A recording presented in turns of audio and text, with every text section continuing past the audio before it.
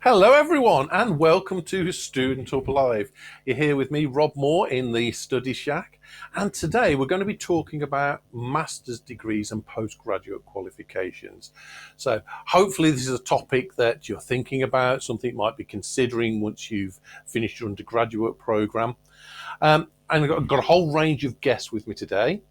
We've got some support on the chat. We've got Emma and Sinead who are going to be answering your questions, sharing some links, and letting you know some places you can visit to get more information. So if you've got any questions you want answered, pop them in the chat, and Emma and Sinead will do that with you. And of course, I'm here with Heidi. Hi, Heidi. How are you? Hello, I'm all right, thanks, Rob. We did a show about a week ago and we were all melting, weren't we, in the Oh, boiling yes. heat. And now it's really cold again, so can't keep up with Sweatshirts the and weather. hoodies. Yes, absolutely. I know, yeah. So who have we got with us today, Heidi, and where are they from? Busy in the chat already so far this morning, actually, Rob, which is great to see. So lots and lots of students joining us this morning. So welcome to everyone. So I'd like to say a few hellos. So we've got lots of people that are studying creative writing and advanced creative writing, so at master's level, which is fantastic. So we've got Andrea in Southeast Kent, who says, I start advanced creative writing in October, going into her third year. And Andrea is hoping to study creative writing at master's level. Glenn's from Kent, and Glenn is looking forward to advanced creative writing in October. And Glenn says, we have sun, so it's nice and warm where Glenn is. Lorraine in Fife, I see a few people are starting advanced creative writing in October. Me too. So we've got lots of people in the chat studying that one. I'd like to say hello to Susie. So she's starting the final year of psychology with counselling in October, and Susie's looking at postgraduate options, and she's in a rainy and cold Perthshire. I love Perthshire, Susie. I was up in Crieff not that long ago, and it's one of my favourite parts of the UK. Jacqueline joining from Glasgow. Jacqueline has just been to vote, says that it's rain and sun that's alternating here, and I'm studying postgraduate English literature.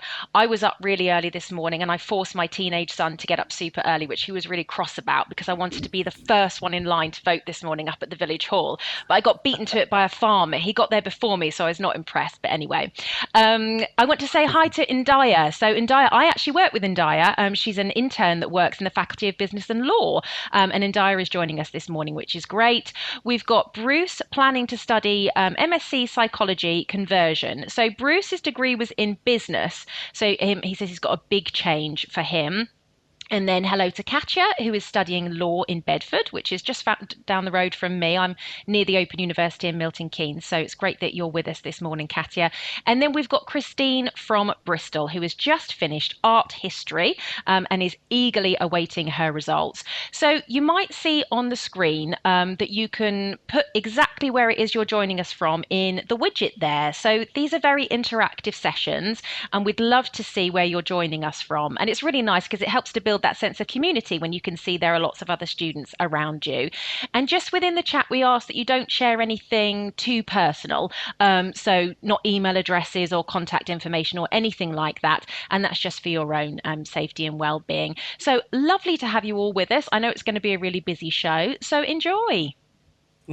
Thank you, Heidi. That's great. Great to see so many of you with us already. So, as Heidi said, we've got the widgets going there, and we've got one at the moment which asks you the simple question: do you know what we mean by the term postgraduate study? Yes, no, or not quite sure. And we asked that because when I was studying, I didn't really know what the difference was or what classed as postgraduate study. So if you want to answer that question, we'll look at it later.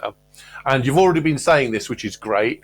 Have you considered studying, or are you studying at a postgraduate level? So if you are, tell us what you are studying, what you plan to study, and why.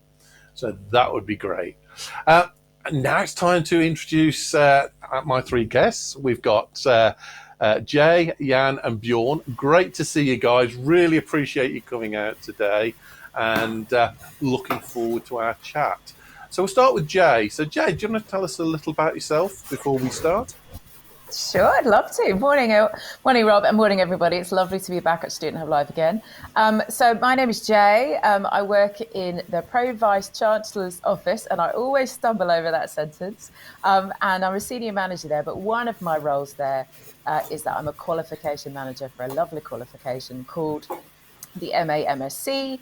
And then inside the OU, we have little nicknames for things. So sometimes it's called F81, or sometimes it's called Open Masters. Excellent. Thank you, Jay. And Jan, welcome. Hi. Yeah, I'm Jan, and I'm a senior lecturer in engineering. And I'm in charge of the capstone module for the MEng, which is a team engineering project module. I spent 20 years in industry actually, so I'm not a sort of bona fide complete academic, but that's all to the good, I feel. Excellent, thank you. And now Bjorn, who's actually my boss in the business school, so you'd think I'd behave myself, but what's the chances of that, really? Hiya, Bjorn. Good morning, and thank you for inviting me to the show. My name is Bjorn Klaas. I'm a senior lecturer in operation management, supply chain management, but I'm also the teaching director for the master's programs in the business school. So I'm in charge of the MBA, the master in finance, the master in human resources management, the apprenticeships, and some other programs that are related to that. And that's me. Okay, thank you. We're going to start with Bjorn. So Bjorn, just in a nutshell, what do we mean when we say postgraduate qualifications? What are they? Look, it is the next stage in the learning process after you've done your undergrad studies, right? And what we do in undergrad studies, at least from the business school perspective, up to the moment that you finish your undergrad business studies, it's all about acquisition of knowledge, concepts, theories, frameworks, etc. What we do in the postgraduate studies that we pick them up or go back to them and start the sense making process around it. So what we really want you to do, if you start in postgraduate study, is to apply the theories and the frameworks to your experience and to your own professional context.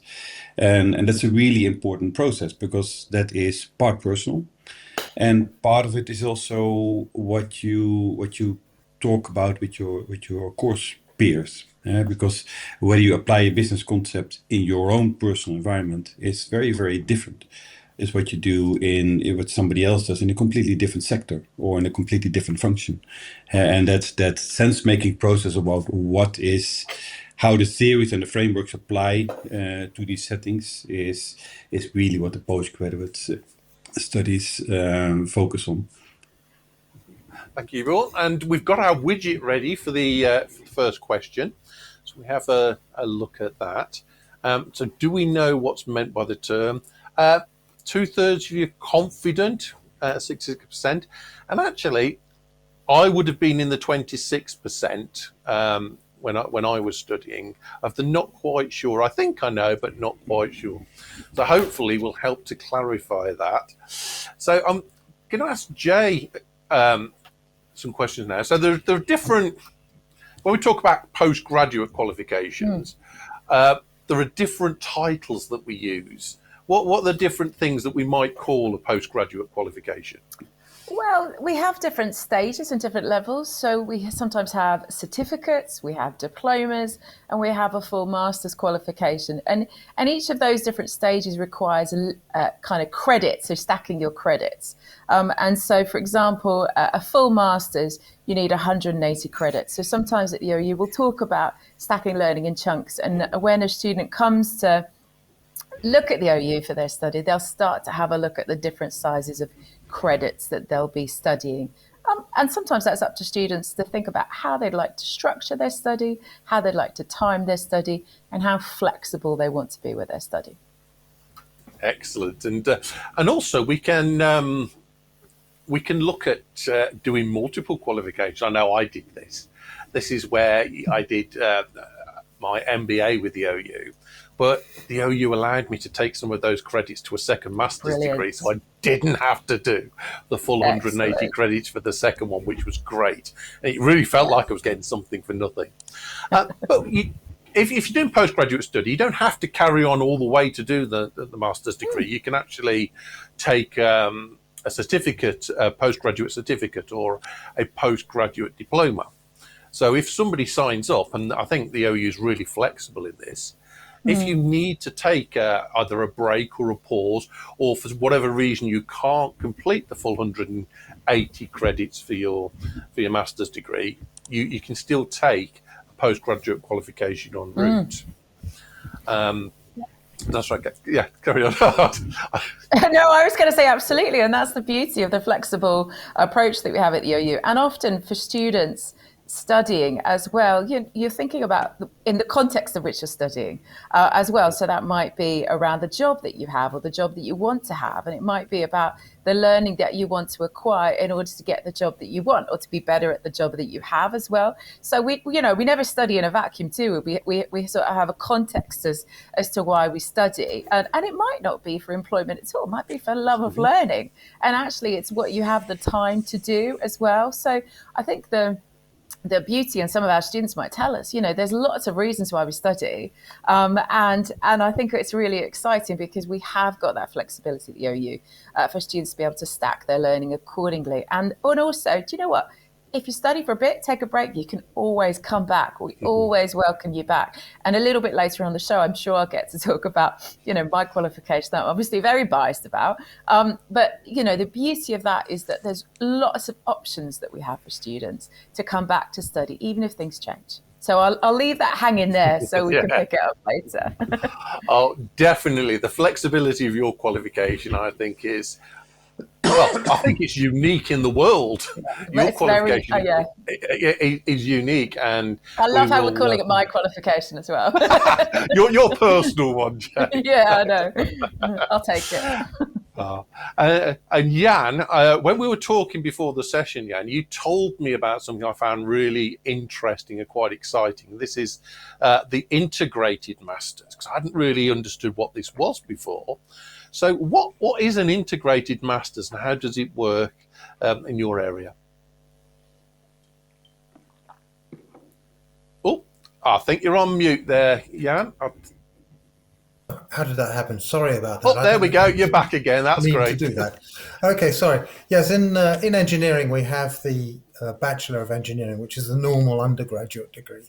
But there's also another one called the MEng, and it's called an integrated master's, and it has an additional 120 credits of study at the end of what's very similar to the BEng undergraduate program. I think it still counts technically as an undergraduate degree. So from the point of view of getting a student loan, you can get a student loan for an MEng.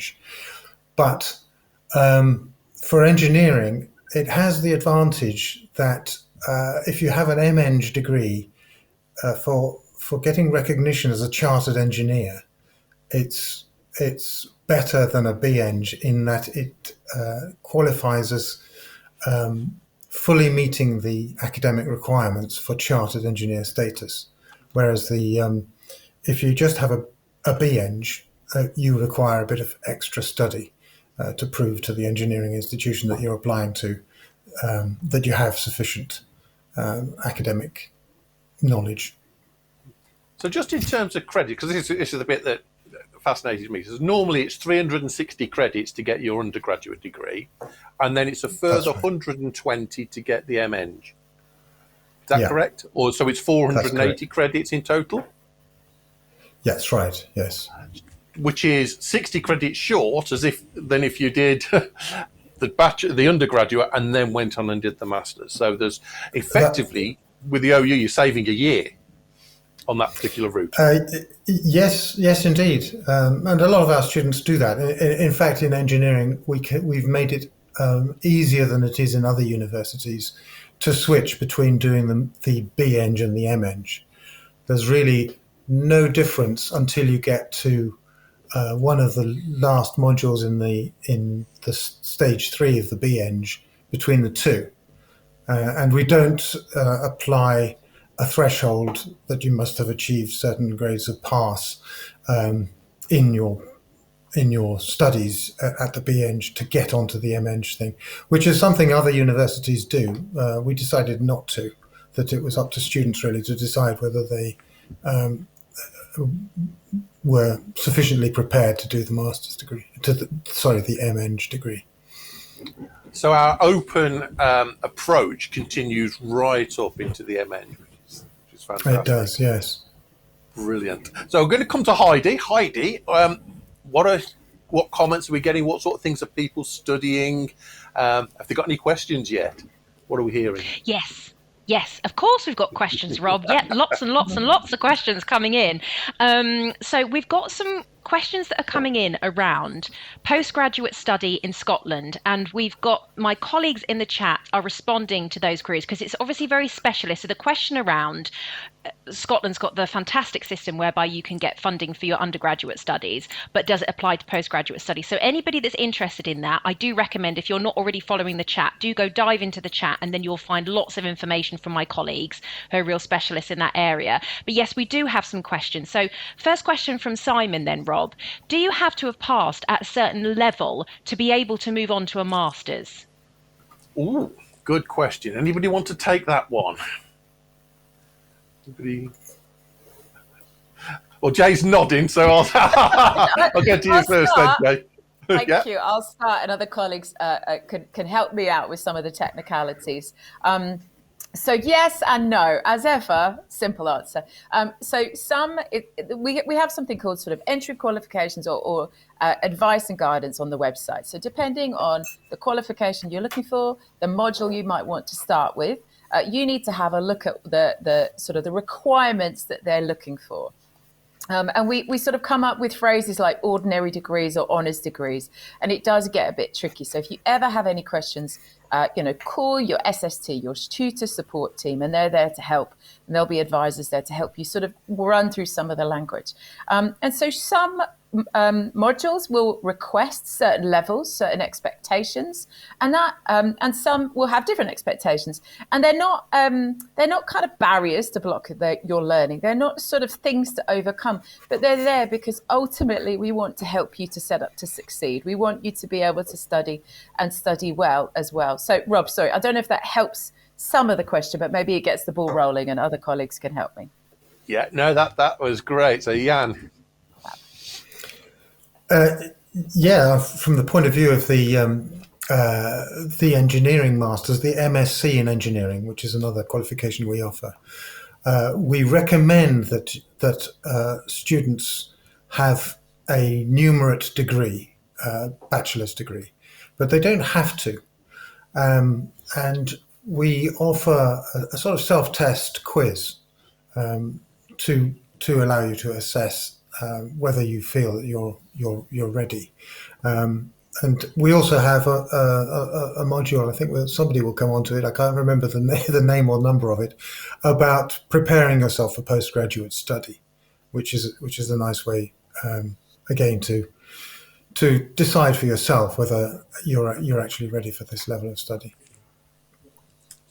Yeah, and I think the course you referred to is the Open Learn course on postgraduate study, which is hopefully somebody in the chat will be able to put the link to it, but absolutely amazing module. And what I would say is don't wait until you're thinking of postgraduate study to do that.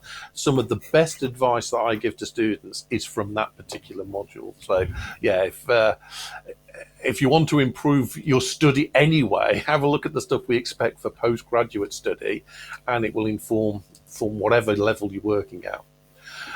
So Bjorn, anything specific for business about master study?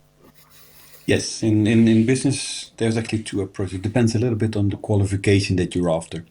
And when we look at the MSCs, the MSc in finance and the MSc in HRM, human resource management, yes, you need to have a completed undergrad degree at honors. Right? It's that is just to make sure that you have the underlying knowledge that is required to participate in the discussions that take place during the study.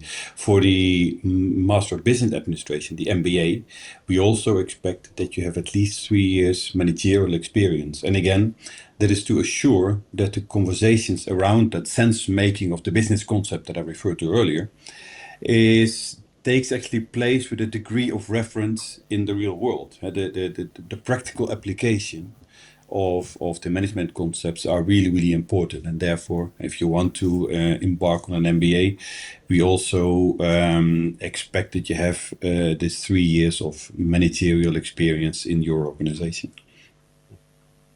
So thank you. And I know that was that was what I had to complete before I did my MBA. And the check to make sure that I was in the right place to apply what I was learning. I've just been told that the link is now in the chat. So for the Open Learn course, Succeeding in Postgraduate Study, the link's there. So if you want to follow that, great tip.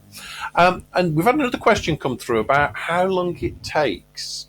So how long does it take to do a master's degree? Is it 2 years? Is it 3 years? What's the answer? I think I know, but I'll wait and see whether the experts have got a different view. So did I see somebody wave then? Yeah, I can. Oh, go ahead, Bjorn. Look, it's in good OU fashion. It depends. It depends how much time you want to dedicate it within certain limitations. So in the business school, you need to complete your qualification within 7 years. So whether you are able to do it quicker, I'd say you are encouraged to do it quicker. It's best to get these things completed as soon as you can, because that's when you get the full benefit of the qualification. The fastest that you can do the Master of Business Administration, the MBA, is about 2 years. But for those students who are interested in that, we typically have a bit of a chat before students enter in that option, because it does increase the workload significantly. Most of our students take about 3 years. Yeah, I think 3.5 years was how long I took. Basically, I didn't want to do too many things at once. I like to have it nice and steady level all in a row, but that worked for me. But if you wanted to do it full time, then there are definitely ways that you can do it, which is fantastic. There's a question here. I don't know if we've got the answer to this one, so we might have to come back to you on this. Why are there no natural science related masters at the OU apart from mental health? And I don't know if that's one that the group can answer. If anybody's got an insight on that, let us know. If not, we'll definitely find an answer for that and come back. Yeah. But to be honest, I wasn't sure if we'd know that one. That's great. So we're going to move on to the next element now, and we're going to talk about how different is postgraduate study to undergraduate study. And we've got a new widget. This is a word cloud. So this will allow you to put 3 entries, 3 statements into the word cloud. You have to put 3 in. And what we want you to tell us is what you think the skills are that are needed to succeed at postgraduate study. And once we've got that up, we'll have a look at your thoughts, your ideas, and see how they compare to our experts. So we're going to come to Jay first on this one. So Jay, what would you say are the essential skills for postgraduate study, and how do they differ to the undergraduate skills, would you say?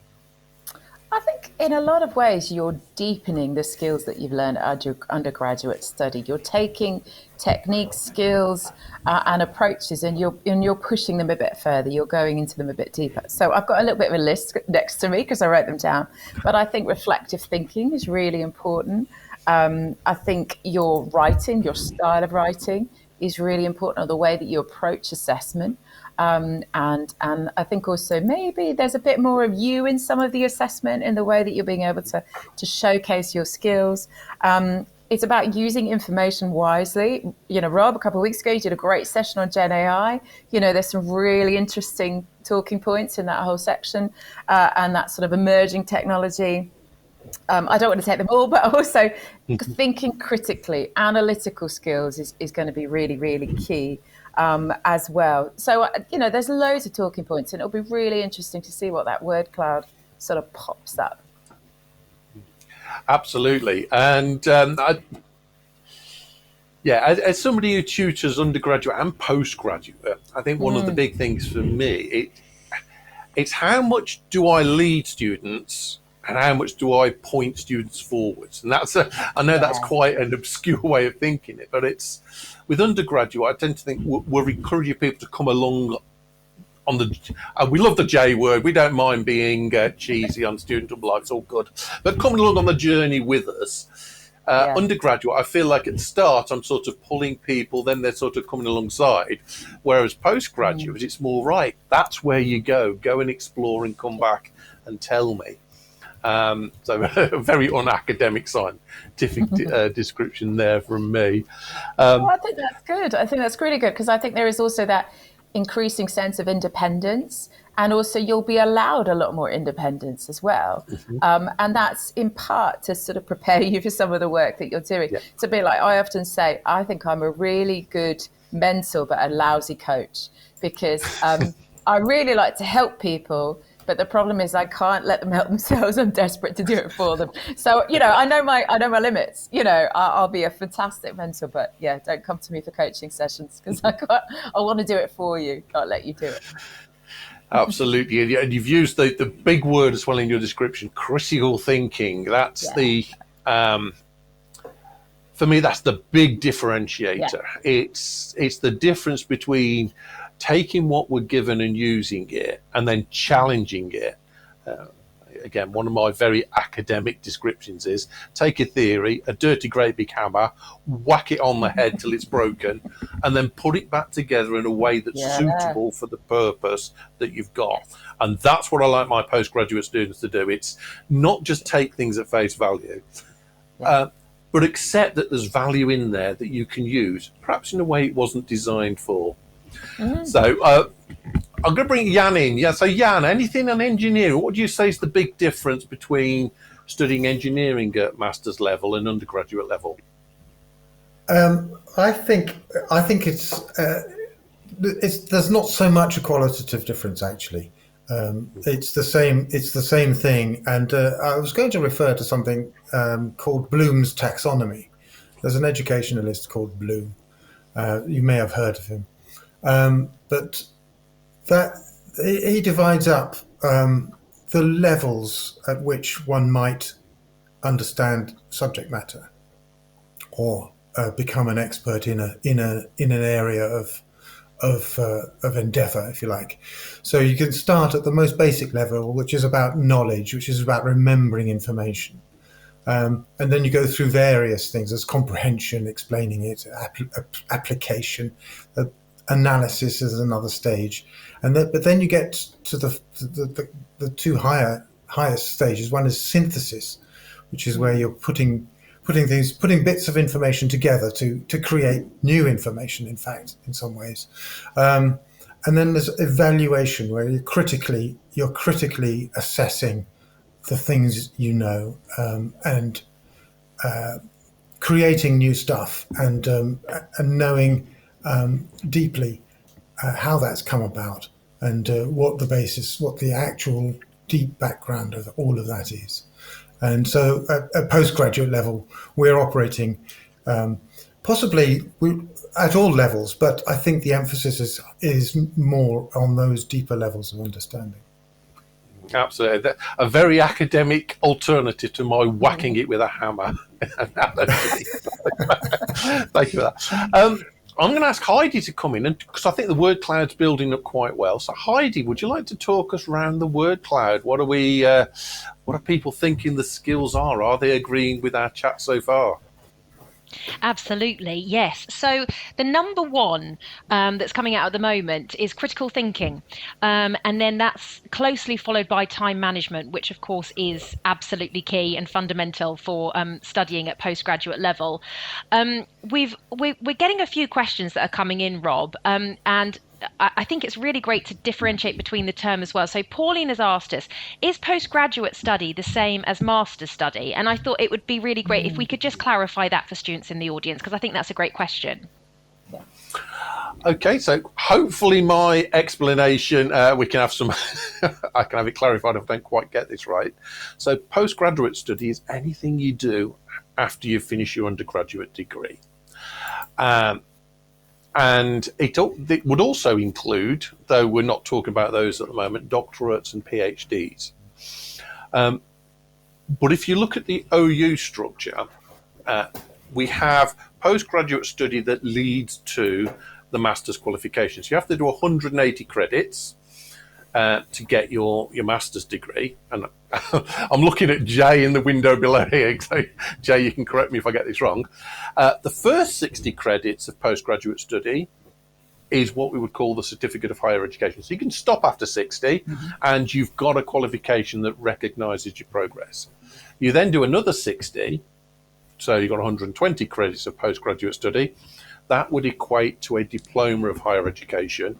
And then the master's degree comes with the final 60, which is added on. So did I get that right, Jay, or is my maths gone? Again, I like how I'm the one to say yes or no, but the whole point is that that's a great question, because actually terminology is really important, and I think we assume we know, so, we think people know the answers, and actually, Rob, you did a really good point there, because I'm not sure I could have done that quite so elegantly. But yes, you're right about the levels and some of that terminology there. But it's really good to call that out, because actually it's not clear, and we assume that people know, so we shouldn't do that.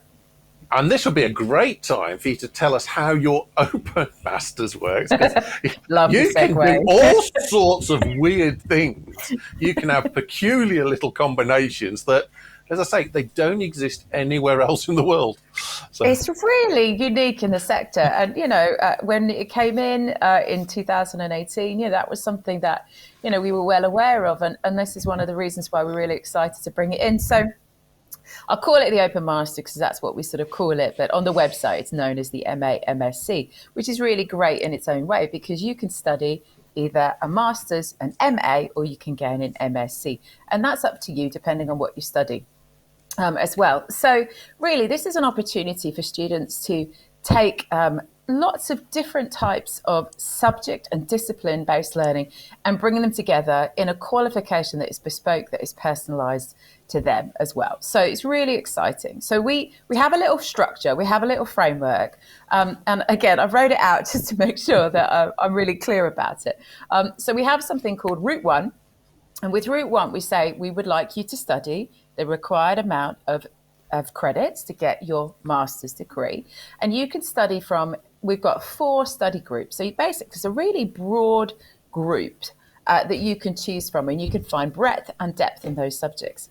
Or, stay with me, you can study Route 2, and you can study again. We're going to ask you to study 120 credits of subject area study. But then what you can do is you can take 60 credits of study from any of those choices, and also a lovely group that we call Group 5, which is full of professional development modules as well. So they're really kind of quite employment focused. And the beauty of this qualification is you can structure something that works around you. Maybe it works around what you've studied, your undergraduate degree. It helps you to work towards something that you're studying in the future, or you want to study in the future.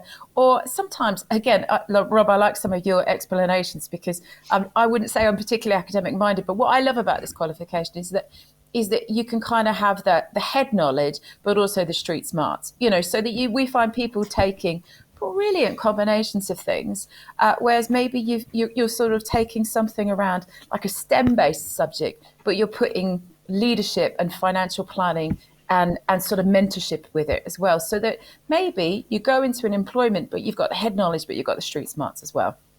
So I think it's a fantastic qualification. I'm very biased because I'm the qualification manager for it. But I think it's really exciting, and I think it gives students that flexibility. And maybe we'll talk about it a bit later on the show, but also we change our minds. Sometimes we know what we want to study, and other times life comes along. And also it's a really good opportunity for students to be able to be flexible with their learning if things change. Yeah, absolutely. And we have the experts that put programs together and qualifications together that are designed for a particular purpose. But if that doesn't quite fit, I love this, build your own. Make your own choices, bring it together. Now, of course, there are some, there will be some exceptions where you might need to have something before. So certain qualifications, you need to have studied a particular module before. But the website explains all of that. And I think that's absolutely fantastic. Yeah. And, just got a note here from Jacqueline, who took the Open MA over 2 courses. One was 120 credits and one was at 60 credits. And this helps you decide what I want to do for the named masters as well. Okay. Amazing. That's a really lovely example to hear. Fantastic. Great. Thank you. And can I just check, and I haven't prepped you for this question, if somebody does a combination on the open masters and finds that it actually aligns with a named masters, it's up to them which they claim, isn't it? Yeah, so the structure of the qualification that we have, and we really put a lot of effort and thought into that structure, because in a sense we don't want to recreate another qualification. So when we've been talking about the cert, the dip, and the main masters, with open masters, the MA, MSc, we only offer the whole qualification. We don't offer, again, this is a bit of a term, internal nested qualifications. But what we do offer out is that there'll be other places for you to get those. So there's lots of different guidance. So again, I always say to students, go to our website, please have a look at the range of modules that we have. We normally have about 60 live modules and about 40 discontinued modules. So that's a lot of choice, and have a look. And what I will say is on that website, we've got a little document called a study plan as well.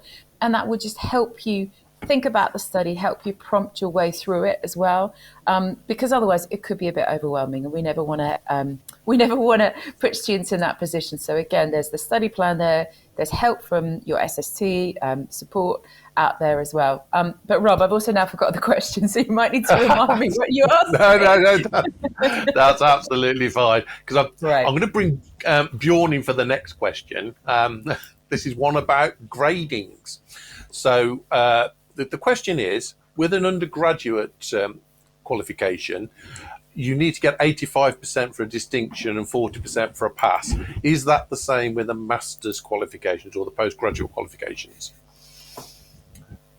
God, hope you put me a bit on the spot here. Actually, he's going to check that. I actually, before I answer that one, can I just make a comment? I'm dying to make a comment on the previous topic, actually, because I think it was a lovely conversation. I think the analogy that I always use for the difference between undergrad, postgrad, and even research degrees, right? And that links in also very nicely with Jay's conversation about, or comments about the open masters. I think it's really useful here to use this toolbox analogy, right? If you're doing an undergrad, the focus is really on identifying and explaining all the tools that you have available in a respective area, right? If you then go to a master's degree, the discussion becomes much more, which tool do I use for which job and why? If I choose one tool, why don't I use another tool? And that is really where the discussion is focusing if you're in a master's degree. If you then progress onwards to a research degree, the question is not so much about the tool or even the difference between the tools, but why do I need to do the job in the first place, right? and I think that would explain really interesting the differences between these different levels of qualifications, right? It is kind of thinking, okay, what's the job that I'm aspiring to do? The job broadly defined, right? That's not just your professional job, but also your personal interest, right? What are the tools that I need to know to really understand what's going on there? And that's what we do in an undergrad. We point that all out and we explain it. And then in the postgrad, certainly in a business degree, many of those tools return to the scene. But then the question really becomes, why do I use this particular tool? Because there's other tools that potentially can do a similar job, but maybe with different emphasis in it, right? And that is really what we do in this master's degree. And as I said, then the research degree just focus on the job itself. Why is this job even important, right? So about the level of distinctions, and you really put me a bit on the spot here. I know that it's different. It's slightly different in master's degrees, mostly because in the business school at least, mostly because the nature of the question becomes a little bit different. In what you see in many undergrad degrees, that you have many more kind of factual questions and a question to which there is a single answer. What we do in the postgraduate, it's a lot of essay type of evaluations. So you need to show not just that you have the knowledge and the insight of the tools that we bring to the scene, but also your thinking process behind it. and whilst the levels of assessment and performance will be very, very similar, they may deviate a little bit here and there slightly. And I think from my experience, again, this is only from the modules that I teach. I don't know if this is across the board, but the only difference is that the pass rate is 50%, not 40% on Correct. the master's modules that On I'm the on, pass but field, the distinction level is still the same. I think we've got quite a few questions coming in. So Heidi, do you want to put some of those questions to us? How are people feeling? Are we encouraging them at the moment? Are they feeling good? Yeah, loads coming in. But first of all, before we dive into the questions, Rob, we've got some really constructive feedback, which we love at the OU, and I wanted to share that. So it's a really helpful comment that Jane has put in the chat. So thank you so much for this, Jane. So hopefully the panel can respond to this and help. So Jane has said there's a problem with the Open University, that students struggle with getting academic references for their MAs from tutors. So the OU apparently, and I wasn't aware of this, has a rule that a tutor cannot provide an academic reference more than 2 years after a student has finished the degree. So this is a problem if a student doesn't go straight onto a higher degree. In addition, some universities require 2 academic references. I had the same tutor for both of my level 3 modules, so this means I cannot provide 2 academic references. And even further, some universities require tutors to submit references directly via their portal, and the Open University, want tutors to submit references to them, and then they'll send a generic reference to the Master's University, which is not what they want. And then Susie's picked up on that and said, I didn't realise that the OU references were going to be a stumbling block if we can't get the type of reference that perhaps the next university they want to move on to is looking for. So is that something the panel can expand on, offer some reassurance or some explanation behind that OU rule? I can answer a little part of it. One of the things, and this is since we had the GDPR regulations brought in, this is about data protection, we have to delete your information after 2 years. So as a tutor, I'm not allowed to keep information on you after 2 years. So it'd be very difficult to give it. Now, I don't know if that's the reason behind it, but that was introduced quite recently. Anybody on the panel got more information on that? I think it's something. Yeah, go ahead, Jan. Yeah, it's not so much information, but I think it's a recognition that there's a problem here that the university ought to address. I think it would be very useful if the Open University were to explain to other universities in the UK what our process is and why we can't provide references at the moment. But actually, I think it would be better if we somehow addressed this. And one approach might be that there is a reference provided by a tutor as a matter of course at the end of a module. Yeah. That can lie on that can be sent to the student, I suppose. But then again, we would even then have to explain to other universities that why the reference is coming directly from the student rather than from us. What puzzles me a little bit is if GDPR applies to us in that way, why doesn't it apply to other universities in that way? Or maybe it does. So I'm not sure about what the position is at the moment. But I think for me, I'm certainly very concerned that that's an issue. I think that's something that we definitely need to take back and ask that question. I mean, somebody's put the post that, could we have a similar to what you've just said there, Jan, could we have a reference that's kept on record with the OU that can be provided when needed? Because I know I provide a lot of references. It's not a problem getting a reference. It's the 2-year time scale, I think, is the problem. And then the format it needs to be in. So I think that's a really good question, which we can't answer here now, but we will look into it and see if we can get you a little more information on that. Heidi, any other questions before we move on to the next topic? Yes, plenty of questions. So a question from Hannah. How flexible is the Open University around the overlap between waiting for the final degree module results and beginning the first module postgraduate study? So for example, my final result will be due around November or December 2025, but I'd like to commence postgraduate study in the October 2025 presentation. So for those that want to go straight into postgrad study, I have so much admiration for you. But if that's what people want to do, how does that work? Good question. And do we have an expert with the answer? I know what I think the answer is, but have we got anybody who knows? Again, we can confirm this, and we can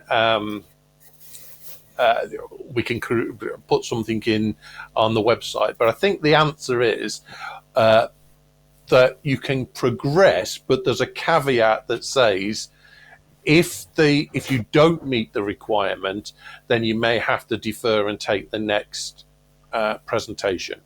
Now that sounds like it's quite mean until you realise that the number of students who actually complete the qualification who don't pass is very, very small. So it's almost everybody that gets to the end and submits the EMA or the exam will have a pass. Not necessarily the pass they were hoping for, but will pass, which was, again, so that statement and the process, as I understand it, is we proceed on the assumption that you will pass, but on the very rare occasion that you aren't, there are mechanisms that allow you to retake, do the resit, and then pick up the qualification next time round. And I think that's the way it's worked, but we will confirm that. We'll put something on the website. Nobody's arguing with you, which is a good thing at this point, but we will confirm that for you just to make sure. Anything else, Heidi, before we move on? I think Jan wanted to come in then, so should we just let Jan respond to that first before we dive into I didn't notice more? Jan waving, sorry. Yes, Jan. Yeah, I would just say that I think that probably applies only to those master's degrees where they require you to have an undergraduate degree. If it's not a requirement, then it doesn't matter that you haven't passed that module. So that's just a little modification, I suppose, to what you said. Yes, Bjorn. No, I just wanted to say, kind of reinstate what you already said. I think those who really want to continue, these are usually not the students that have to worry about whether they pass or not. And most of the students in that I know of that struggle to make the pass marks are not the ones that aspire to continue. They will be happy when they finish their degrees as it is. Yeah. It's. I don't think anybody who fails unexpectedly. I think it's. I think you will be if you're comfortable with your studies. The chances of not passing are really remote. So, yeah, it sounds like a bit of a cop out saying we'll assume you're passing. And in my experience, I think I've only known a couple of cases where it hasn't, where the students had to take a short break. And in one instance, they were allowed to do the resit whilst they carried on with the study, and as long as they passed the resit, it was fine. So, very rare, but always you would have a conversation with your student support team and talk through them on that. So we're going to move on to the next topic now. So the next ticker question is: think about situations where a master's degree or a postgraduate qualification are essential. So let us know of any that you're aware of. And we're going to go through now. We're going to talk about what is the value of a master's degree. What can you expect from it? So Jan, we're going to start with you first. So in terms of the qualifications you're involved with, what would you say are the benefits? What should somebody expect to get at the end? And I'm thinking more career progression or something similar. I think with the Masters in Engineering, we do have these project modules, which are very valuable for students who want to demonstrate that they've actually done some engineering in practice and have had some results. It's often a really useful topic for interview questions, looking for work. And I've mentioned the chartered status. That it's not so, you can practice as an engineer in the UK without being chartered. Let's not pretend otherwise. But it is something that I think increasingly will become expected, that there is some sort of professional recognition. You can be a chartered engineer, you can be an incorporated engineer. So, and I think in other professions, for example, in psychology, I don't think you can be a chartered psychologist without a master's qualification in that area. I think that's I'm pretty sure that that's true. And there they are, that really would restrict your employment options if you didn't have that. So that's from the sort of very formal perspective. I think a master's degree can also be a great gateway to a change in direction in career. And I know that from my own personal experience, I certainly wouldn't be here had I not done a master's degree. I'll just give you a short anecdote about that, if you like. Yeah, absolutely.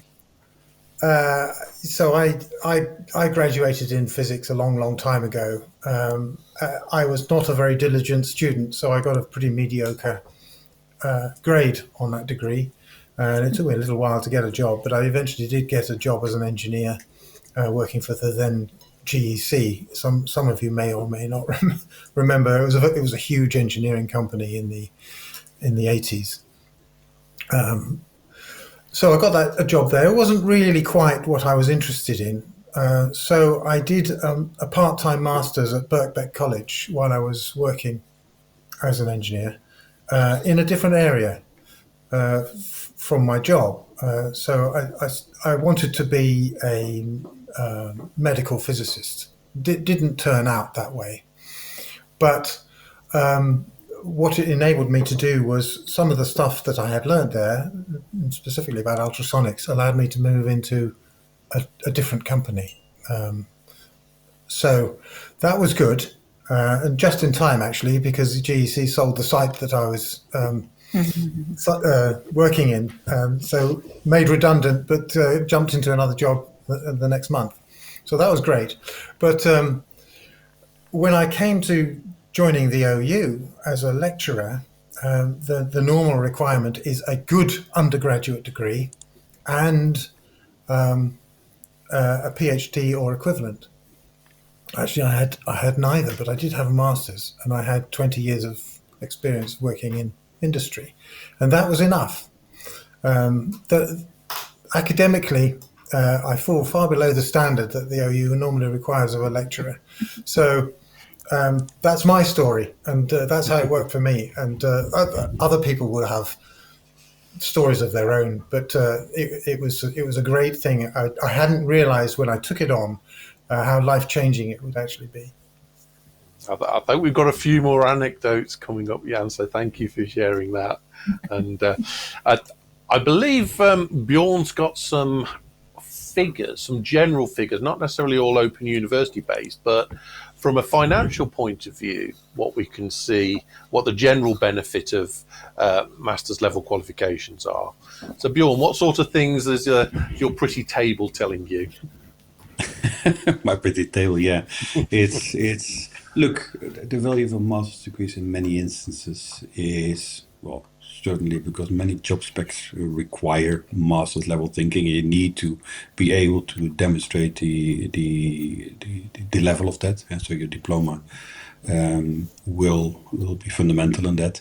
But if I talk to students in our master's programs in our residential schools, many of them are practicing managers, and they feel they themselves have hit a particular ceiling, and they just need to know more knowledge and more perspective in integrating all the different aspects of doing business that they have gotten to, and so they themselves feel the need for it. And yes, if you then look at the tables and you pick out the Financial Times MBA ranking, it does have oftentimes for most students salary implications as well. If you progress in the organization to a higher level of management, that translates oftentimes to higher salary bands. But, and I think the value of a typical MBA is also there because it opens students' ability to start making connections and see opportunities where otherwise they may have not seen them.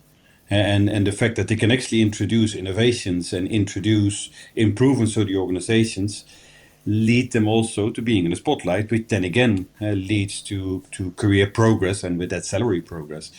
Look, if you look at the MBA rankings in the FT, we talk about salary increases of 100+% oftentimes. I don't think that is necessarily the case for our typical MBA students, simply for the fact that many of them are already in managerial positions. And so for them to go from a manager to an even better manager, a jump in salary is they will make some salary progress, but not what many of the ranking tables would lead us to believe. And that is really for career starters that without a master's would be able to go in a certain level of jobs, and with the master's they would be able to apply to a higher level of job, and that just simply has implications for their remuneration. But I think it needs to be emphasized that the value of the MBA is, or the value of a business master's is that it allows you to make different connections. It allows you to see different opportunities, and some people may see them naturally. An MBA is not a recipe for a guaranteed recipe for success. But what the MBA does, or what the masters, and I've seen finance and HRM as well, it allows you to take the step back from the reality that you're familiar with, and then kind of reevaluate, critically assess, analyze, and see the opportunities. That's what we encourage. That's the way we assess in our master's programs, to encourage that level of thinking, because ultimately that leads to career progress and the likes.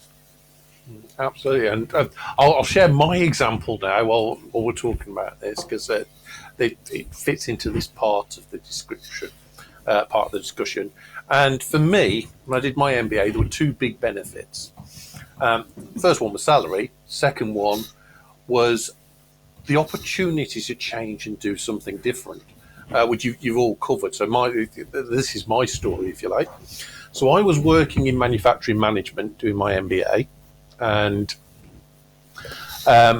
when I got towards the end of the MBA, I was offered an internal promotion opportunity that would not have existed if I hadn't been studying the master's degree. So it was there, and I took the opportunity. And you can't guarantee this, but the relocation allowance alone that came with the job more than covered the cost of the program I was on. So I'm one of the few people that can say my MBA paid for itself within the first 12 months. And that's my story. And not only did it pay for itself in that time, also during the study I was looking into, one of my modules was about creativity and innovation, and that's the point that made me decide that yes, I'm quite good at this, leading people manufacturing wise, but what I really want to do is teach. And that's where I made the decision to move from manufacturing management into training. And that's why I'm here today, because it gave me the opportunity. And like Jan, it gave me the qualifications I needed to be able to become a lecturer. So yeah, Bjorn, sorry, I noticed your hand went up there. Yeah, just building on your argument and perhaps bringing in my own experience of doing an MBA by now already more than 20 years ago. And it links also a little bit back to what I was saying before when I talked about the toolbox analogy, right? If you get to a master's level, it is increasingly not so much what you do, but why do you do it? And that why question doesn't only apply to business decisions, but as you, with your anecdote, illustrate, it is much broader than that. So why am I doing this in the first place, right? It's why do I take a particular decision? Why do I apply it here? Why? So that question of the why comes back time and again. And in the choice of the tools that you apply to solving a particular challenge. But even is this the area in which I would want to work? And I think that is really, really important. To me, my experience with the masters, with an MBA 20 years so ago was, yes, I learned some new knowledge, but it was most of the time my time at the MBA almost looking like in a mirror. And it's always asking, okay, why do I do this? Why do I propose this? Why do I apply this? And then being challenged by my peers as much as by my professors at the time to come up with the justifications. Right? It's this is what I'm doing. Again, this is why I'm doing it. This is the assumptions that I took. These are the arguments that I brought in, and that may lead me to the best solution in the context that I'm trying to apply. But it even leads me then to challenge my own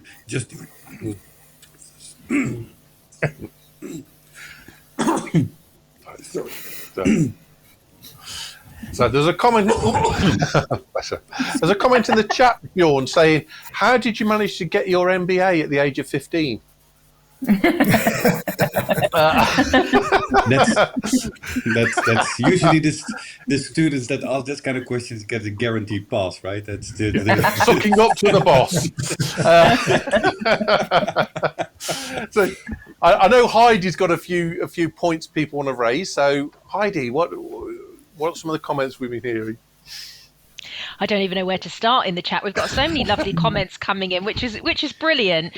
So we talked a little bit about why people are studying for a master's. So Sarah says, I'm going to be doing a master's because it has been recommended as good practice before my PhD, and it will help with my funding application. So I also think it will help bridge the move from distance to face-to-face learning. Emma says that she's doing an MSc in health psychology as it's a requirement of the main pathways. Jacqueline says, my master's is considered utterly irrelevant in my work. People want to know if I have O-level maths and English, but I'm nearing retirement and the master's was a personal challenge. I get respect from people who hold one, and I know what, sorry, she gives respect to people who hold a master's and know what it entails, particularly if that's been completed while working full time, because as we know, that's really tricky with the juggling of time management. So moving on, so Ian says, I have an MBA and a DBA. And the key benefit was in how it deepened my thinking and helped me realize my ignorance. So I love that honesty there, Ian. That's great. Simon says, I'm retired and I have no interest in working again. What would the value of a master's degree be for me? So it'd be great if we could put that to the panel. But Kitcher came back and responded and said, Simon, according to many research studies, continuing with your studies really helps to keep dementia away for longer. And if you get a PhD afterwards, you might end up on TV. So I thought that was quite a nice comment, but can we pick up on that one in terms of the value of a master's for someone who's retired? Absolutely, and it actually brings us really nicely into the next topic that we want to talk about, which is how to make an informed choice about a master's degree. And while we're having this chat, if you want to send any questions in to Heidi, because we'll be having the ask the panel part after this. So if you've got any questions you want asking, we're going to have about 15 minutes at the end that we can explore those. So in terms of that, does anybody want to take that point about what's the benefit of a master's if you don't need it for work? And also, while we're having this chat, any tips on how to make a good decision? What is it that we should consider before we sign on the dotted line? So who wants to go first? Okay, I go on, can give it a Bjorn. shot. Look, I greatly admire somebody who can pick up a master's or even a doctoral degree for not necessarily professional reasons. And I would almost go as far as, if you don't do it out of personal interest, and if you think you purely 100% do it for career progress, that's probably not going to help you that much. I think you have to have this personal drive for knowledge and understanding and sense making that will also help you with your job. But with it needs to be this personal satisfaction of being able to analyze at particular problems in the particular areas that you study at that level. And I think I believe it was a gentleman who said he did an MBA and a DBA, and he only realized his ignorance about so many things. Yes, the more you study, the more you realize how much you do not know. And that's where the personal drive comes in, right? It is this personal challenge or the desire to know, not just to know, but to make broader sense of the things. And I would almost argue that it's the higher you come up in the levels, from undergrad to postgrad to, the less the area specifically starts mattering. Because I did a PhD, and I use that not just to look at a very, very narrow set of topics. I look at every topic in my life almost from a very kind of PhD approach way. You said, what are the arguments? What are the assumptions? What evidence do I have, etc., right? So I think that personal drive to want to know more and to open up your mind to different perspectives, that is fundamental. And I can only applaud those who do that. Not necessarily with career progress in mind. I think there is this immense personal challenge and satisfaction of seeing and learning kind of how the world, or a small part thereof, kind of works. And just a quick response to the lady who said that it was good practice to have a master's for a PhD. As far as I know, it's not just good practice, it's a requirement. So you will have to have a master's before you can embark on a doctoral study. It's more than just good practice. Excellent. Thank you, Bjorn. Jay or Jan, would one of you like to add to that? No, I've been making notes while we've been having those conversations, and I love the anecdotes from people, because I think learning is really personal, and it's always going to have that sort of personal value. And I think some of the things that I was like making note of is around confidence. I know that when I've embarked on learning, whether that's kind of carries credit or whether that's sort of what we might call an accreditation with the learning environment, it's given me confidence. And that confidence helps both in your personal life and your professional life. But I think I went to an event the other day, and it was talking a bit about the value of learning. And actually there were some great words around critical thinking, around sort of reflection, but also the one that really stood out to me was curiosity. And it was about the value of learning, making you curious and asking questions and thinking about things. And actually, you don't, we can be curious in our personal lives as well as in our professional ones as well. And a phrase that we often use on the Open Masters is about standing out from the crowd. What makes you stand out from the crowd? And actually that can be in a personal context as well as a professional one as well. So, I think learning really has a value, and that's not always about the paycheck that you get at the end of it. It's about the sort of the passion that we have when we learn more. And I loved, Bjorn's point about, the more I learn, the less I know. And that is really true, isn't it? It's so many topics. Definitely. And we've got a comment from Maureen where she says, I'm keeping dementia at bay and by studying and hoping to start my master's at 80, which I think is fantastic. Absolutely. So I'll give Jan, have you got any comments you'd like to add to that topic? Yes, I would, but although it's perhaps slightly going backwards to another aspect, and I just wanted to give a figure, and that is that according to Universities UK, there are now 34% of people in Britain have an undergraduate degree.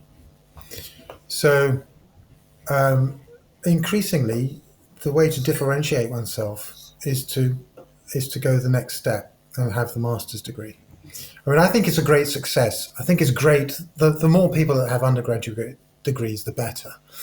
But of course, it means that the bar is set higher for everyone.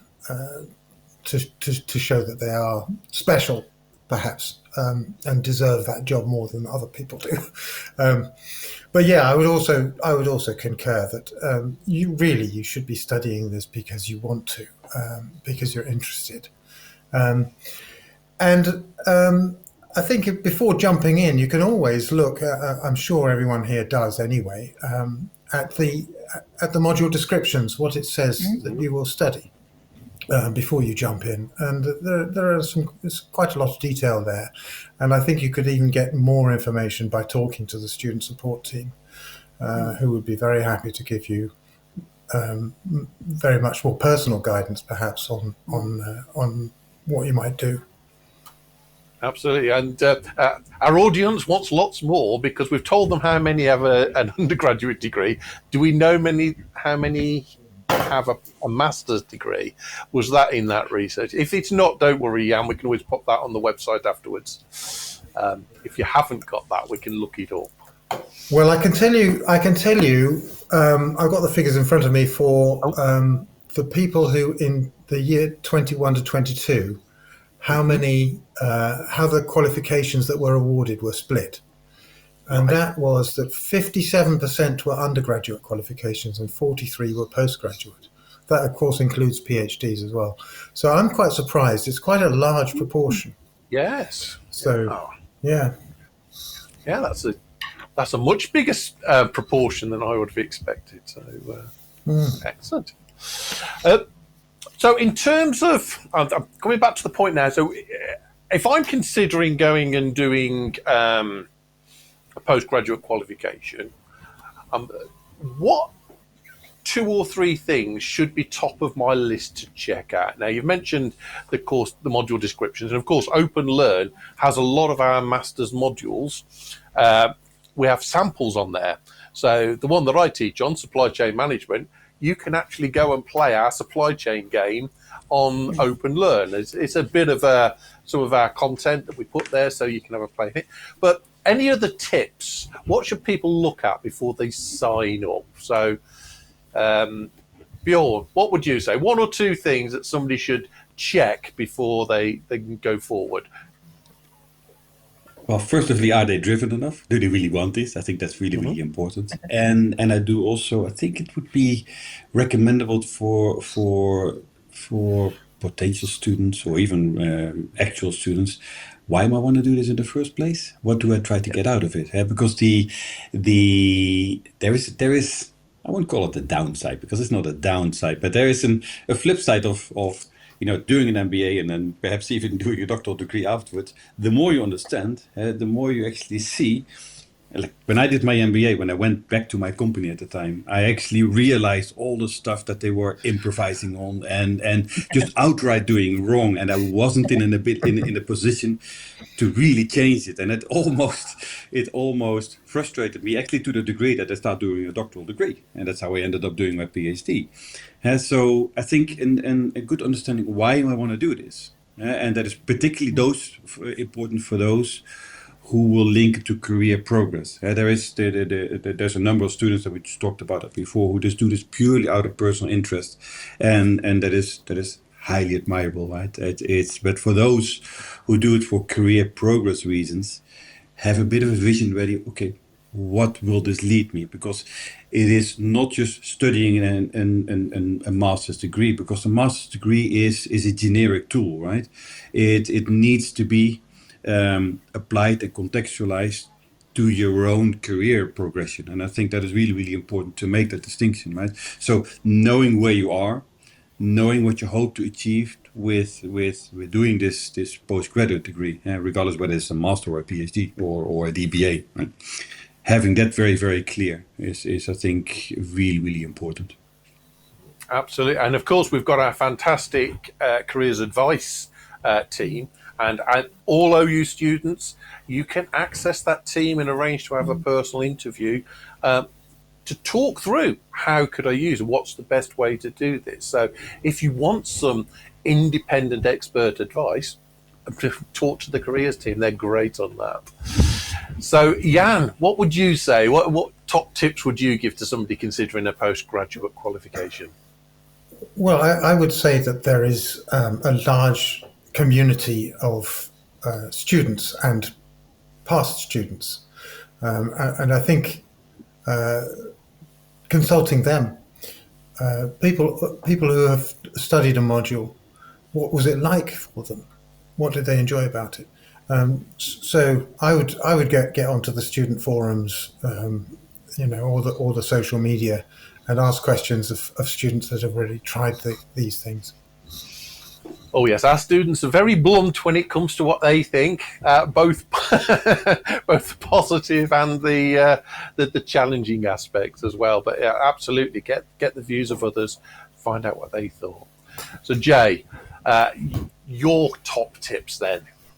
Well, we've mentioned it already, and I think somebody's kindly put it in the chat. So maybe if they could pop it back in the chat. But Rob, you talked about the course on OpenLearn, which is a platform that has lots of free learning from the OU, and it was the short course that's called Succeeding in Postgraduate Study, and I just cannot promote that enough. I think it is a brilliant tool. So it's Absolutely. 24 hours of learning. It's at sort of what we call level 3. It's advanced, so it helps prepare you for postgraduate study. At the end of the course, once you've studied successfully, you get a certificate of completion, you get a digital badge. I mean, why not score early? Yeah. But at the same time, it goes through lots of brilliant things that we've been talking about. What is reflective thinking? What is I love that Jan mentioned Bloom's taxonomy. I've not heard about that since some of my postgrad days, as well as Burn's transactional analysis and all of these sorts of things. But it goes through things like Kolb's learning theory and reflective cycle. It really helps you think about postgraduate study and think about what are some of the skills that I need. When we say critical thinking, what do we mean? When we say analytical thinking, what do we mean? So, that is a free course that you can do, now, just at the end of Student Hub Live, if you really want to. So, why not go away and explore that? Because that will help you think, is this right for me? Can I function at this level? Is this something that I'm comfortable with? And it's about the skills, it's about the knowledge. And alongside that course, you could be then looking at the module you want to do, the other materials available on OpenLearn, but also having a look at the websites from the OU about the qualifications as well. So I just think that's such a great starting point. It's well worth promoting and talking about again. And I will get Kat to put that up on the website as well as a direct link. So thank you, guys. We're going to come into the bit that terrifies all my guests now, the Ask the Panel part. So Heidi, they've been answering these questions far too easily. Let's give them some challenging questions. What questions have we got for the panel? I know. I should have instructed everybody in the chat to make them as difficult as possible, especially for Rob. So, challenge given. Right. So we do have loads of questions. We've got such a lovely example here of how students support each other, and I just have been watching this conversation going on. I just want to share it with everyone because it's just so great to see. So Jacqueline says, if you want a postgraduate loan, there's an upper age limit for the first application, which I had no idea about. It just is bonkers to think that there would be any kind of age limit for a postgraduate loan. Why would we want to deter people from doing masters? But anyway, so Jacqueline says that needs to be considered. She met the deadline by 1 month and she loved almost all of the work. Now, Natalie then came in and said, what is the upper age limit for a financial loan for first application for postgraduate master's study? And then Jacqueline came back saying, Sarah, I think the student's loan I think it will be confirmed, but 60. That's what Jacqueline said when she applied. And then Natalie went and checked really kindly and did a bit of research and then came back and confirmed and said, yes, it is 60. So that's brand new information for me, and I'm sure for others as well today, that there is an upper age limit, which, as I said, just seems just truly bonkers. But lots and lots and lots of questions coming in, and I know that we're running out of time, so I want to get in as many as possible. So a question from Philip to the panel. For an open masters, are you limited to the modules in each group? So for example, group 3 STEM, or can you take other related STEM modules? So that's definitely one for you, Jay. Yeah, I was waiting for that. So we have a framework for the qualification, and we manage that framework accordingly, and that's to protect our students, to make sure that you're going to get a really viable master's product to a certain extent. So on the website, on Study at the OU, we have the study groups and the modules that fit within those study groups. And we ask you to study 120 credits. So you've got a sort of a weight of specialism knowledge. And then with the remaining 60 credits, we allow you to think about where else you would like that to come from. So we do have a specific framework. It can feel a bit inflexible at times, but like most rules, they're there to support you. But if you have any questions, please go to a student support team. They will kind of dig into some of the questions for you, and then often what happens is the questions then work their way back to me anyway, and I liaise with colleagues to help them out. So the answer is a little bit yes and no, but there is a framework and it is there for a reason. Yeah. So because ultimately you need to have a master degree that's got the right structure that will be recognised as that. Yeah, definitely. And that's partly why it exists. I sometimes think about it as sort of a major and a minor model. You've got something that is a really chunky bit of specialist knowledge, but then you've got the option to add on different skills and expertise as well. Lovely. So Heidi, next question then. Okay, on to the next one. So this is from Istvan, and I'm sure one of the panel is going to understand this question immediately, but this is one of these super tricky questions that if somebody put this to me, I would absolutely freeze. But okay, so Istvan says, I am on an M6 and integrated master's. Is it recognised as the same as an independent MSc if I apply for a PhD? Wow. Wow. So, if anybody knows the answer, then that's great. Oh, go ahead, Bjorn. Well, I wouldn't say that I know it, but look, if it's an integrated master's and at the end of the study he would complete the master's, that would comply for a PhD. Right? It is the master's levels qualification that you need to demonstrate for your typical PhD. So the answer is, we think so. That it would seem logical that was the case. But if you note that one down, Heidi, we'd perhaps do a little more digging on that one, just to confirm, because it sounded very specific to me. So it's the sort of thing I'd like to check with one of our advisors who will be able to tell you that. Okay, couple more questions. Got time for a few more. Okay, great stuff. So Paula says, I know the entry requirements for an MA in creative writing with the Open University is a 2-1 at undergraduate level.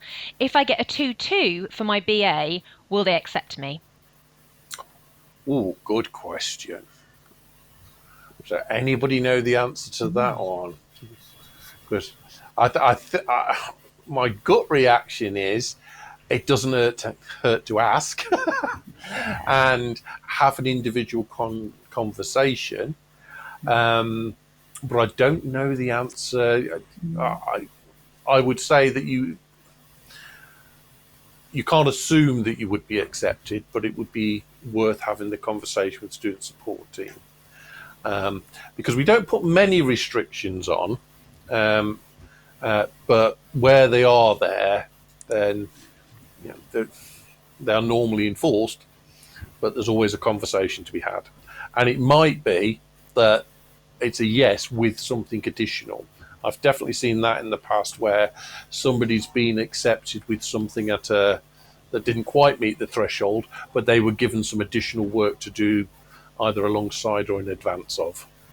I don't know if anybody's had any other experiences like that, but yeah, so the advice there is nearly, I hope it doesn't sound like a cop-out, but our student support team really are the experts.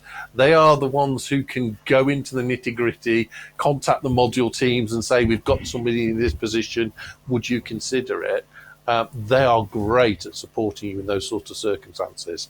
And they know a lot more about the nitty-gritty than I would as a tutor. Don't think anybody's got anything to add on that particular one. So Heidi, another question? These are proving to be tricky, aren't they? Oh, yes. They are. You give me one I've got to look up. Yeah, that's it.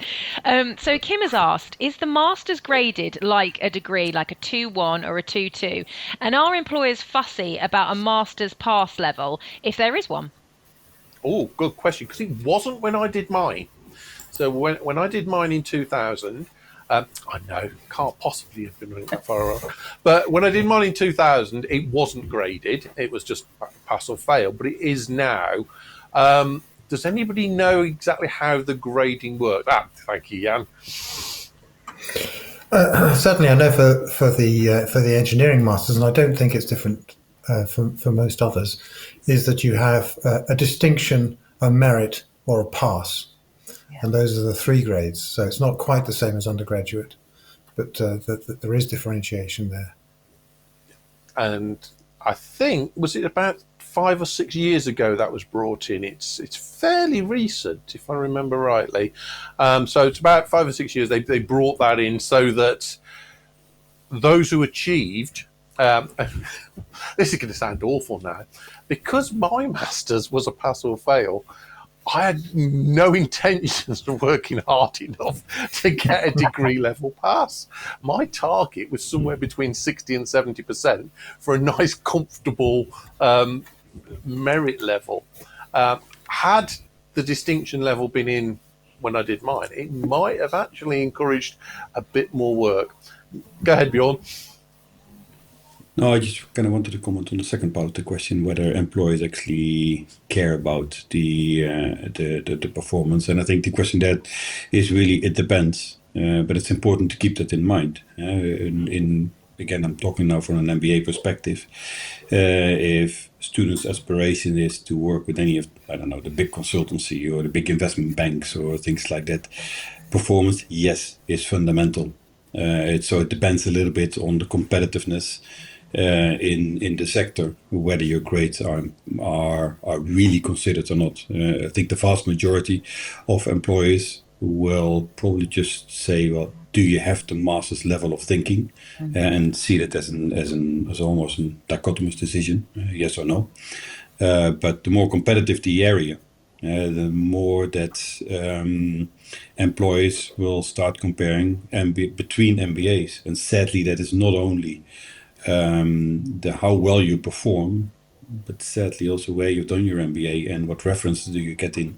So depending on your career aspirations, I think you need to keep these things very, very well in mind, and do some research on what typical employers that you aspire looking for. Yeah, thank you. And I'm sure that it was brought in as a response to employers wanting to be able to differentiate between. So not everyone. I can't believe it. We're about out of time. So Bjorn, Jay, Jan, thank you. That's been fantastic. Really enjoyed talking with you today. It's great to have you with us. Heidi, any final comments from our audience? Yes, I've been saving this one. This is my favourite comment throughout all of today's show, and it's from Lorraine. So I wanted to share it with everyone. Lorraine says, I'm 60, I'm working towards retirement. I want to teach life writing when I retire. I didn't have the opportunity to study earlier, but I feel like it's my time now. My kids are grown, both have degrees and are teachers, so I'm doing this for me with the additional benefit of possible earning something. And I just thought that was such a lovely comment to finish on, Lorraine. Good for you, and best of luck with your studies and all your endeavours. Oh, what a fantastic comment. So thank you. And thank you, Heidi, for all of your work today. As always, you've brought out the comments really well.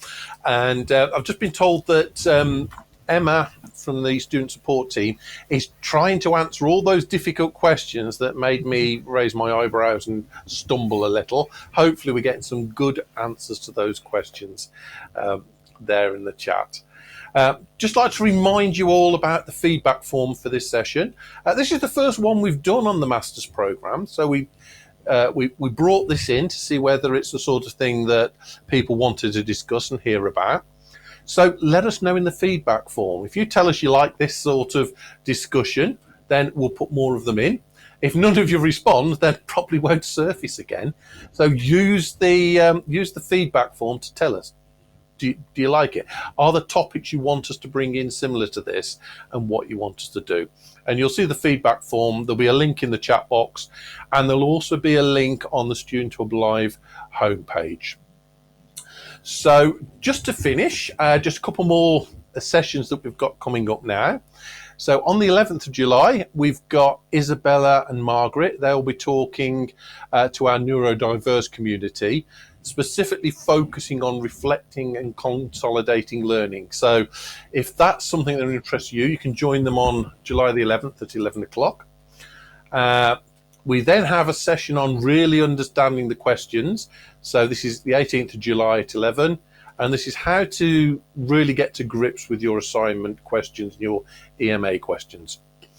Then you're back with me and Nikki on the 23rd of July. That's at 11 o'clock in the morning, talking about how we can communicate effectively in an academic way. And effective note takings on the 15th of August. We've got the new Student Hub Live year coming up with Freshers Week in September, and we're going to have a bit of a party celebrating 10 years of Student Hub Live. So watch out for those announcements. Come and join us when we have a bit of fun. And you know what? We might actually get to meet each other. So that's in the planning now, but keep your eyes open for that. So I'd just like to say it's been a fantastic way to spend 90 minutes with you all. Thank you for being here, and I look forward to seeing you at the future sessions. Have fun.